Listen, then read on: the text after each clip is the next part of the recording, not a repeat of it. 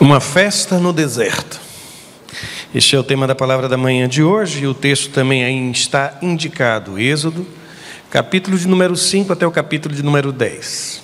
Eu não sei se você se recorda, mas estes capítulos, eles têm, na maior parte das vezes, eles têm sido alvo, objeto de sermão, mas naquilo que talvez de mais importante acontece, que são as pragas do Egito. No entanto, eu queria mostrar-lhes que há um fio condutor nesta história, que há um fio paralelo, que há um enredo paralelo em toda essa história das pragas que desceram sobre o povo do Egito. E isso tem a ver com uma festa no deserto. Eu separei aqui o versículo 1 do capítulo 5, e neste verso está escrito: assim diz o Senhor, o Deus de Israel: deixe o meu povo ir para celebrar-me uma festa no deserto. Eu tenho percebido, sabe, irmãos, que o deserto, ele precisa também se tornar um lugar de festa. Ontem, final da tarde, eu fui celebrar um casamento. Festa linda, o local belíssimo, e estava todo ornamentado. Quando a gente vai fazer festa, a gente associa a festa à beleza do lugar, as roupas, as pessoas. Algumas em dias de casamento, eu tenho até dificuldade de reconhecer, sabe, irmãos? Eu tenho dificuldade de reconhecer. Isso já aconteceu, inclusive, com noivas, que passaram todo o processo de pré-nupcial, aconselhamento, morenas, e chegam um dia tão louras, sabe, irmãos? É uma coisa impressionante. Maquiagem que você olha assim, a voz é a mesma. Mas eu insisto, sabe? O deserto, ele precisa se tornar este lugar de celebração, este lugar de festa. Aliás, me permitam fazer só uma observação. Eu tenho andado preocupado com um processo que eu chamo de migração de dois momentos extremamente importantes para a vida de uma pessoa: a morte e o casamento. Eu não sei se vocês observaram, mas há um processo lento, silencioso de migração destes dois eventos tão importantes, do espaço sagrado para um espaço fora do sagrado. Já perceberam isso?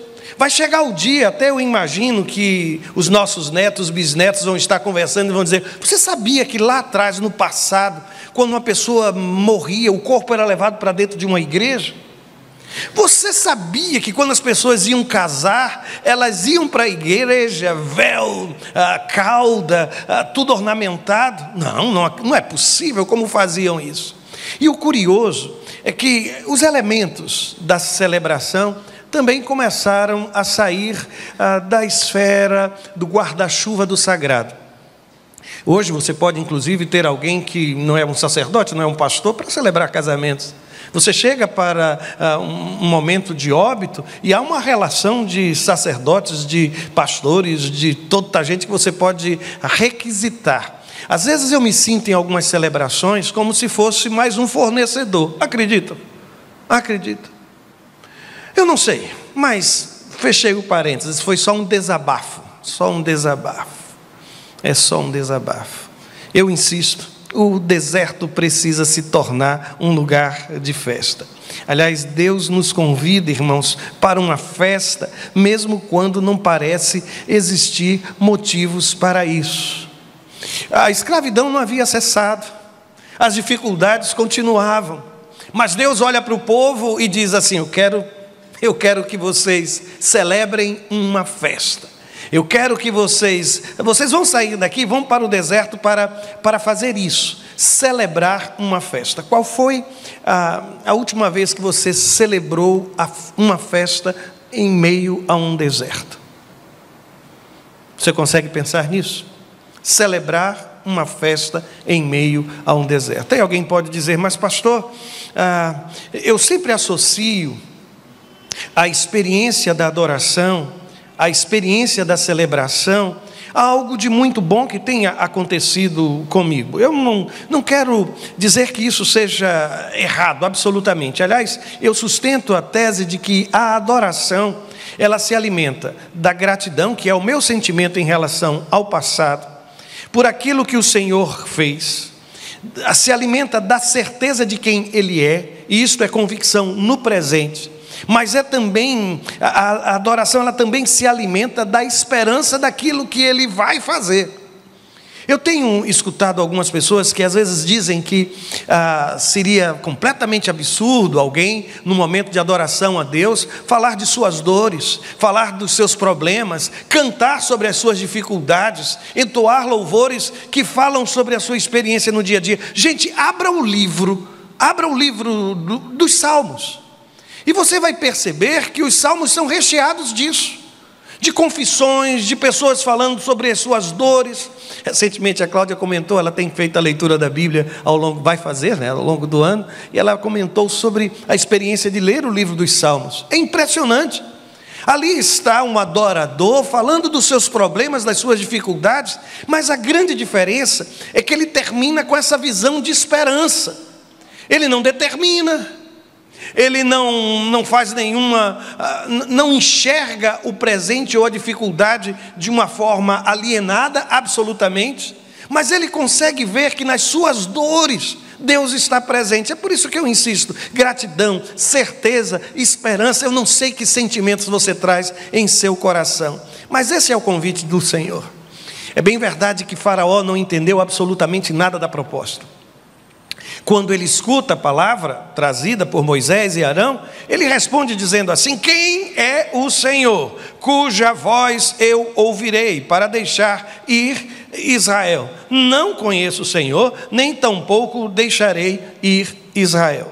Eu fiz questão de grifar algumas palavras, por favor, pode fazê-lo, nesse texto. Primeiro, observe que ele fala da incerteza, do desconhecimento.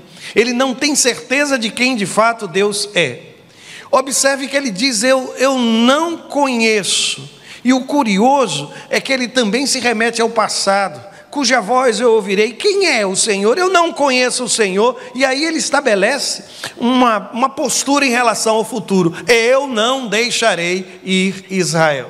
Ele não entendeu que é assim que a adoração ela se move, com a certeza de quem Deus é, com a certeza daquilo que Ele já operou na minha história, e isso move meu coração de gratidão, e um compromisso com o propósito de Deus para o futuro. Isso tem a ver com esperança. Talvez por isso mesmo no versículo 3, lá está Moisés e Arão oferecendo a Faraó uma resposta: o Deus dos Hebreus veio ao nosso encontro. E talvez você esteja estranhando, por que essa expressão Deus dos Hebreus? Porque se havia no passado um lugar politeísta, este era o Egito. Se você for fazer qualquer pesquisa, você vai ver que há quem sinalize que no Egito existiam 2.000 deuses. Outros dizem que não, em torno de 1.500. Mas, gente, é muita divindade. É muita divindade. Parece que por um instante ele não entende porque aquilo que está sendo dito não corresponde a qualquer uma das divindades conhecidas. Aí Moisés olha para ele e diz assim: olha, o Deus dos Hebreus, esse Deus está nos chamando para celebrar uma festa no meio do deserto. E o interessante, meus irmãos, é que eu não sei se você já percebeu, mas há quem imagine que espiritualidade é coisa para quem já se aposentou, servir na igreja é coisa para quem tem uma agenda mais folgada, que permite alguns compromissos, e às vezes a gente se esconde por trás de uma agenda. Eu posso lhe dizer uma coisa: nem a preguiça, nem a ociosidade produz santos.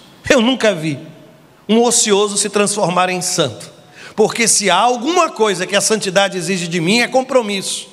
Tem a ver com discipulado, disciplina, tem a ver com joelho dobrado, tem a ver com atitudes que se renovam, com exercícios espirituais. Eu nunca vi um ocioso se tornar santo, nunca vi um preguiçoso se tornar santo, irmãos.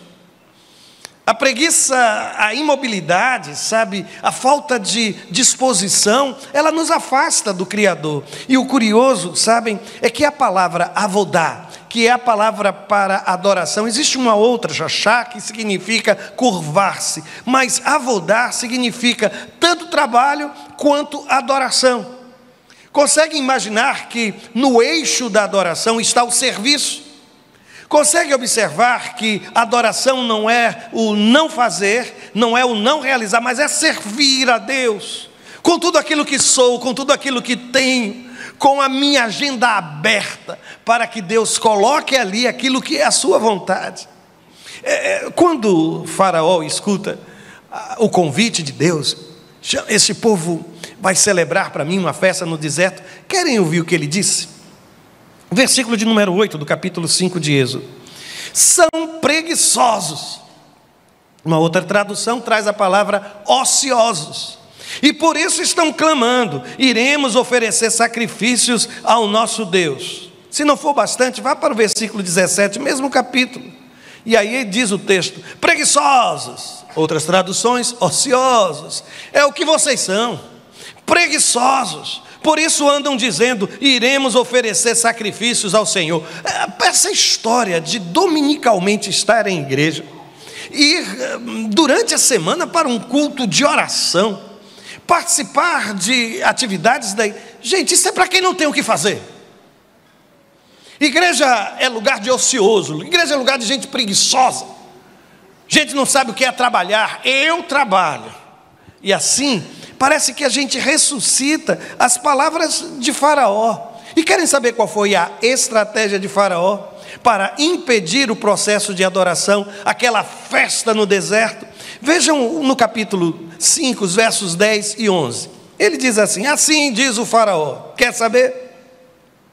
Já não lhes darei palha, saiam e recolham-na onde puderem achá-la. Vocês sabem por que a palha, não é? Eles precisavam fabricar tijolos e precisavam misturar palha, argila. E aí ele disse: olha, quer saber de uma coisa? Eu não vou lhes dar mais palha. Vocês agora vão procurar a palha. Vocês, sabe, o trabalho de vocês vai ficar ainda mais difícil. Mais difícil. E tem mais. O texto prossegue, versículo 11: o trabalho de vocês em nada será reduzido. Não entendeu? Veja o versículo 13. Veja, os feitores os pressionavam dizendo: quem são esses feitores? Provavelmente israelitas, contratados pela força do Egito, para controlar o povo de Israel. Aí o texto diz: os feitores os pressionavam dizendo: completem a mesma tarefa diária que lhes foi exigida quando tinham palha. Eu preciso fazer algum esforço, irmãos, para aplicar isso que você acabou de ouvir à nossa realidade? Você percebeu que pressão, metas a cumprir, cobranças, falta de tempo, as mesmas estratégias usadas por Faraó são as mesmas estratégias hoje usadas? E no seu ambiente de trabalho você vive debaixo de uma pressão enorme, metas a cumprir. E quanto mais as metas são elevadas, menor as condições para você trabalhar, os recursos para que você trabalhe e produza. Estou dizendo algum absurdo, irmãos? Lá estavam os feitores pressionando o povo de Israel. Aí o texto parece me dizer que o trabalho continua a ser usado para nos afastar da presença de Deus. Que Faraó diga isso, eu até entendo, mas que você aceite isso como algo limitador no seu ministério, no seu envolvimento na igreja. Tempo é uma questão de prioridade. Cuidado com esta maneira de enxergar a vida. Cuidado com esse sistema opressor que faz de você somente um número. Faraó estava preocupado com as grandes construções. Ele não estava preocupado com gente. Ele estava preocupado com o seu poder. E aquelas pessoas se tornaram apenas peças de engrenagem. Cuidado para não transformar o seu trabalho em seu Deus. Quantas pessoas eu vi mergulhar num processo depressivo tremendo, porque se dedicaram a vida inteira por aquela empresa, por aquele trabalho, tinham um cargo de confiança, mas depois de uma hora para outra aquilo tudo desapareceu. Nós precisamos, irmãos, destruir esta divindade chamada trabalho, viu? E o interessante é que quando isso aconteceu, o próprio povo de Israel começou a murmurar, e diz o texto que Moisés e Arão estavam do lado de fora esperando os capatazes saírem. E o que eles escutaram? Vocês atraíram o ódio do faraó e dos seus conselheiros sobre nós, e lhes puseram nas mãos uma espada para que nos matem. Escute o que eu vou lhe dizer. Algumas vezes, antes do problema ser resolvido, ele se torna ainda mais difícil. Já teve essa sensação? Mas isso não significa que Deus abriu mão do controle. Mantenha a fé. O processo de libertação do povo de Israel do Egito começou de uma forma estranha. As coisas pioraram. Sabe, eu já ouvi algumas pessoas, eu não sei se isso é científico ou não, mas os antigos falavam muito da melhora da morte. Lembram-se disso? Já ouviram falar sobre isso? Que as pessoas melhoram e depois vem a óbito. Eu tenho percebido que no plano de Deus a coisa é o inverso. As coisas pioram para depois então melhorarem. Lá estava Jairo, desesperado. A filha, ele saiu de casa, a menina estava sem esperança. Ele ouve Jesus, de repente aquilo se tornou pior, porque apareceu uma mulher com fluxo de sangue. Jesus se deteve, chega a notícia: sua menina morreu, não procura mais. Aí Jesus, ele diz a ele o quê? Lembra-se? Creia, tão somente creia, não tenha medo, tão somente creia. Ah, se eu pudesse dizer isso a essa gente, porque eu já li o final da história. Eu li que Deus de fato libertou o povo. Mas para mim é muito fácil, irmãos, porque eu conheço o final da história. E se eu lhe disser que às vezes nós nos esquecemos que todos nós já conhecemos o final da história? Não conhece? Nós somos mais do que vencedores, irmãos. É isso que está escrito. E eu preciso acreditar nisso. Moisés ficou profundamente preocupado. E aí ele vai à presença de Deus, e a Bíblia diz assim: Moisés voltou-se para o Senhor e perguntou: Senhor, por que maltrataste a este povo? Afinal, por que me enviastes? Você já perguntou isso a Deus? As coisas estão piores, Senhor. Eu fiz aquilo que estava na tua palavra, eu dobrei meus joelhos, eu fiquei em silêncio, eu não respondi. A coisa, ao invés de melhorar, piorou. Eu procurei fazer os meus momentos de oração no trabalho, mas as coisas pioraram. Aí você começa a perguntar diante de Deus: Senhor, por que maltrataste? Senhor, por que me enviaste? Qual é o meu propósito? O que é que eu estou fazendo aqui? O que é que estou fazendo? O que é que está acontecendo comigo? E Moisés continua e diz assim: desde que me dirigi ao faraó para falar em teu nome, ele tem maltratado a este povo, e tu de modo algum libertaste o teu povo. Até homens de Deus, irmãos, a semelhança de Moisés, pode passar por momentos assim. Mas se eu pudesse lhe dizer, eu lhe diria: a história ainda não acabou, Moisés. O povo de Israel sairá do Egito, a festa vai ser celebrada, a nova terra virá e vocês entrarão naquele lugar. Tranquilize o seu coração, Deus está no controle, Deus sabe o que Ele está fazendo. Mas deixe dizer-lhe uma outra coisa. Sabe essa coisa que chamam de teologia da prosperidade?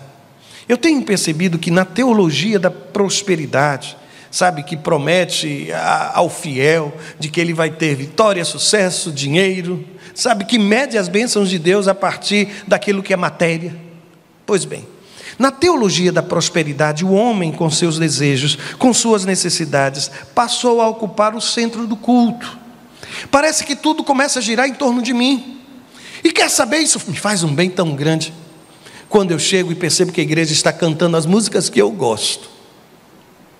Quando eu chego e vejo que está tudo arrumado do jeito que eu gosto, que o pregador é quem eu gosto de ouvir, que eu tudo... Ah, que coisa maravilhosa, pastor. Que deleite no meu coração. Sabe, quando a gente faz isso, a gente está roubando o lugar de Deus. Não fique chateado comigo, mas você não é, longe de estar, longe de ser a pessoa mais importante deste lugar. Ouviu o que eu estou lhe dizendo? Você não é a pessoa mais importante neste lugar. Que bom que você está nos visitando. Que bom que você está conosco. Que bom que você está mais uma vez na igreja. Mas você não é a pessoa mais importante neste lugar. Você sabe quem é, não é? O mais importante, o Rei dos Reis, o Senhor dos Senhores, o cabeça da igreja. aquele que fala ao meu coração, ao seu coração, aquele que é o consolador, aquele que é a luz, aquele que é a porta, aquele que nos leva a pastos verdejantes, aquele que é o pão que desceu dos céus, aquele que é a água viva. É esse que está conosco, irmãos, e a Ele toda a glória, toda a glória. É impressionante, irmãos, porque eu tenho aprendido é que se não há submissão, não há culto. Deus é quem estabelece, escute isso, viu? O quando. Deus é quem estabelece o como. E Deus é quem estabelece também o onde. E eu vou tentar dizer-lhes. No versículo de número 11 do capítulo 6, está escrito assim: entra e fala a Faraó, aquela mesma história do capítulo 5, versículo 1. Há aqui um intervalo de pragas que começam a acontecer. Aí o texto diz: entra e fala a Faraó, rei do Egito, que deixe, escutem, sair os filhos de Israel de sua terra. Observaram? Versículo 16 do capítulo 7, novamente, aquela história de pragas e o fio condutor. Deixa ir o meu povo. E aqui uma expressão curiosa, irmãos: para que me sirva no deserto. Você já aprendeu que adorar a Deus, a palavra adorar também significa trabalhar. Adorar é servir. Consegue perceber? É por isso que, ao invés de uma festa aqui, a ideia de servir ao Senhor.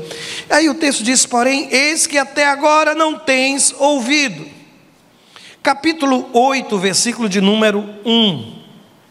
Depois disse o Senhor a Moisés: vai a Faraó e dize-lhe, assim diz o Senhor, deixa aí o meu povo, para que me sirva. Capítulo 8, versículo 20, assim diz o Senhor, deixa aí o meu povo, para que me sirva. Alguma dúvida dos irmãos quanto ao local onde a festa iria acontecer? Seria onde, irmãos? Onde é que seria a festa? Ok. Seria no Egito? Seria onde? Ok. Agora, observem a estratégia de Faraó. Da mesma forma que ele lidou no primeiro momento, veja o que ele diz a Moisés e Arão: vão oferecer sacrifícios ao seu Deus, mas não saiam do meu país. Escutou o que ele disse? Mas não saiam, pode grifar por favor, não saiam do meu país. Você percebeu que a diferença é sutil? Vocês podem fazer o culto, vocês podem fazer a festa, celebrem, sirvam ao Senhor, mas tem um detalhe: vocês vão fazer isso aqui. E o curioso é que ele diz: o meu país. Você sabe que Faraó fazia parte do panteão? Ele era mais um deus entre os 1.500, entre os 2.000. O que é que ele está dizendo? Eu sou o Deus desta terra. Se vocês quiserem cultuar o Deus de vocês, vocês podem até fazer, mas vão fazer aqui, debaixo do meu domínio. Gente, quando eu estive na China, eu conheci o Allen Yuan. E o Allen, ele ficou preso durante muito tempo por uma razão só. Porque o regime comunista, quando assumiu, quis colocar a religião debaixo do seu controle. Eles lá, inclusive, têm um ministro para as religiões. Menores de idade não entram nos templos. O sermão do pastor não pode ser evangelístico. E há sempre alguém fiscalizando tudo quanto acontece. Eu lá estive. E o Allen Yuan disse não. Não. Não. E foi preso. E foi preso. E passou muito tempo na prisão. Só saiu, eu acho que ele já estava perto dos 90 anos. Eu acredito que quando ele falou conosco, ele já devia ter uns 92 anos. E ele saiu por conta da pressão internacional, o fato dele ser muito conhecido, e achavam que aquele velhinho não ia dar mais trabalho ao Estado, já com aquela idade. Eu não sei, meu amor, onde é que estão aquelas fotos, mas eu guardo com muito carinho. Não sei onde estão, mas estão guardadas. As fotos que ele me deu dos últimos batismos realizados pelaquela igreja que ele servia como pastor. Tinham acontecido mais de 700 batismos. Vocês acreditam num negócio desse? Mas ele disse não. Meu Deus disse que era para cultuar no deserto, eu vou cultuar no deserto. Eu não vou cultuar aqui. A estratégia de Faraó colidia exatamente com o que era o espírito da celebração. Moisés argumenta, no versículo de número 26, ele diz o seguinte: olha, isso não seria sensato, respondeu Moisés. Os sacrifícios que oferecemos ao nosso Deus são um sacrilégio para os egípcios. Observe aquelas duas palavras, sacrifícios, sacrilégio. E aí ele continua: se oferecermos sacrifícios que lhe pareçam sacrilégio, isso não os levará a nos apedrejar, sacrifícios e sacrilégio. A ideia de sacrificar os animais que eram vistos pelos egípcios como divindades, era algo absurdo. E eles disseram: olha, aquilo que fazemos, vocês não vão conseguir entender. Aquilo que nós celebramos, eu não posso celebrar a Deus fazendo com que o culto seja politicamente correto para vocês. A palavra que eu estou usando, a expressão que eu estou usando, eu reconheço, ela é anacrônica, mas vocês entenderam por que eu a usei. Eles estão dizendo: olha, eu não posso celebrar o culto dentro daquilo que vocês consideram razoável, dentro daquilo que vocês consideram aceitável, porque aquilo que eu vou fazer para vocês vai parecer absurdo, um verdadeiro sacrilégio. Como é que numa cidade praiana, um litoral maravilhoso desse, existem esses bandos de loucos, que não estão com o pé na areia, não estão com os cabelos salgados? Não diga que estava com vontade não, viu? Não parece compreensível? Não parece compreensível que vocês se reúnam e ainda abram mão dos recursos num tempo como esse, tão difícil, para sustentar uma missão como essa, ser parte de uma obra como essa? Isso é sacrilégio. Alguém já olhou o seu comportamento como adorador, como adoradora, e disse: você deve estar doente. E isso acontece muito quando a gente começa a experimentar, sentir o gosto da fé, não é? Sentir o gosto da fé. As pessoas não entendem. Você não está aqui, eu quero crer que você não está aqui porque foi obrigado a fazê-lo. Se não for o prazer de estar na presença de Deus, irmãos, a adoração não faz qualquer sentido. Eu espero que você não tenha vindo aqui para dar a sua aula, ou para ensinar, ou para ficar com as crianças, ou porque você estava numa escala e você tinha que fazer. Você veio e está por aqui, e se alguém disser: olha, faltou, você vai levantar a mão e vai dizer: eu não estou escalado não, mas o meu desejo de servir, eu posso ajudar, eu posso servir, eu quero servir. Aquilo não era compreensível. E veja a resposta no versículo 27. Faremos 3 dias de viagem no deserto e ofereceremos sacrifícios ao Senhor nosso Deus. E aí ele responde, louvado seja Deus por essa palavra, como Ele nos ordena. Como é que deve ser o culto, irmãos? Como Ele nos ordena. Como é que eu devo gerenciar a minha vida e o meu tempo, irmãos? Como Ele nos ordena. Eu não sei se você já percebeu, mas eu acho que a maior tentação em nossos dias é acomodar a adoração ao estilo de vida do Egito. O nosso maior problema hoje não é tão somente o trabalho. O trabalho, sim. E talvez seja você mais uma dessas pessoas que vive numa pressão pelo trabalho, que você acha que tudo depende de você. E isso é idolatria, viu, gente? E por que idolatria, pastor? Porque quem sustenta a sua casa é a graça e a misericórdia do Pai. Quando você começa a acreditar que se você não fizer, se você não trabalhar, o que eu vou dizer é absurdo, mas se você disser isso, dizendo que não vai ter pão na sua casa, você ainda não experimentou da graça de Deus, que quando a gente não tem um pão, Ele manda, sabe, corvos nos alimentarem. Eu preciso crer nisso, irmãos. Não estou sendo irresponsável, mas não sou eu, é a misericórdia do Senhor. E cá estamos, tentando agora negociar a adoração a Deus e o estilo de vida do Egito. A gente vai adorar, mas a gente vai adorar sem sair do Egito. A gente vai adorar, mas a gente vai permanecer com os pés na escravidão. A gente vai adorar, mas a gente vai permanecer na prática do pecado. Quando chega no domingo, a gente toma um banho, se arruma, veste roupa de crente, pega uma Bíblia de crente, vai para o endereço de crente, e parece que fez a maior coisa da vida. Eu não quero iludi-los, mas isso aqui não é um clube de perfeitos. E você sabe muito bem disso, porque você faz parte dele. Não dá, irmãos, para adorar a Deus permanecendo no Egito. Não dá. A gente tem que sair e então celebrar a festa. Sabe aquela sensação que você às vezes tem que ficou faltando alguma coisa? Eu vou lhe dizer, ficou faltando sim. Mas o que ficou faltando não foi responsabilidade de Deus. Porque tudo quanto Ele faz, irmãos, é bom. Deus, Ele é bom. Se faltou alguma coisa, talvez tenha sido porque por um instante o trabalho me roubou de estar na presença de Deus. Talvez porque num instante eu ainda permaneço com os pés no Egito. Não existe, irmãos, não existe. Lembra daquela expressão? Do jeito que o Senhor ordenou, do jeito que Ele pediu, é assim que eu preciso fazer. Eu quero orar nesse instante por gente que está tendo enorme dificuldade em conciliar o trabalho com a sua vida em família. Eu quero orar neste momento por gente que está tendo maior trabalho, maior dificuldade, meu Deus, em enxergar os limites do trabalho.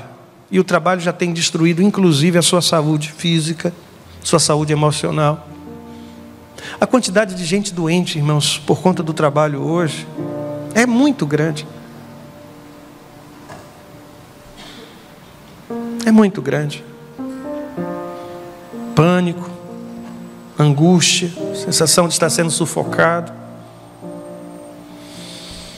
Eu quero orar por gente que está percebendo que o trabalho está lhe roubando o melhor de seus anos, o melhor de sua vida. Eu não quero que você seja responsável, por favor, não é esse o propósito. Mas só que a gente coloque o trabalho no lugar que é dele, não no lugar de Deus. Aí você trabalha, chega estressado, estressada, maltratando as pessoas que você mais ama. Porque hoje a gente tem aprendido o seguinte, sabe? Que a gente não consegue amar todo o tempo, né? É mais ou menos assim, você ama e em alguns momentos você odeia. Você tem ódio, você tem raiva, você tem tudo, menos amor. E isso está se tornando algo comum. Eu te amo, mas eu tenho um ódio de você. Tenho um ódio tão grande de você, mas eu te amo. A gente precisa dizer não a essas coisas. Eu vim orar por você que está tentando conciliar, sabe, o seu... Tanta coisa para fazer que você não consegue nem se organizar, não sabe nem por onde começar. Veio para cá, mas não veio, a alma ficou lá, resolvendo um monte de coisas. Durante o culto, alguns flashes assim, sabe, disso, daquilo outro. Mas eu também quero falar e orar, quero falar com Deus e orar por gente que está tentando adorar a Deus ainda no Egito, debaixo do poder de Faraó, debaixo do estilo de vida, sabe, da forma de viver do Egito. Mesmo que o Egito tenha sido um dos lugares mais belos do passado, cheio de construções, de oportunidades, posso lhe dizer, um dia no deserto, na presença de Deus, vale mais do que 1000 dias no palácio do Egito, irmãos. E Moisés entendeu isso, não foi? Moisés entendeu isso. Feche seus olhos comigo e peça misericórdia a Deus. Diga: Senhor, eu quero te adorar em santidade.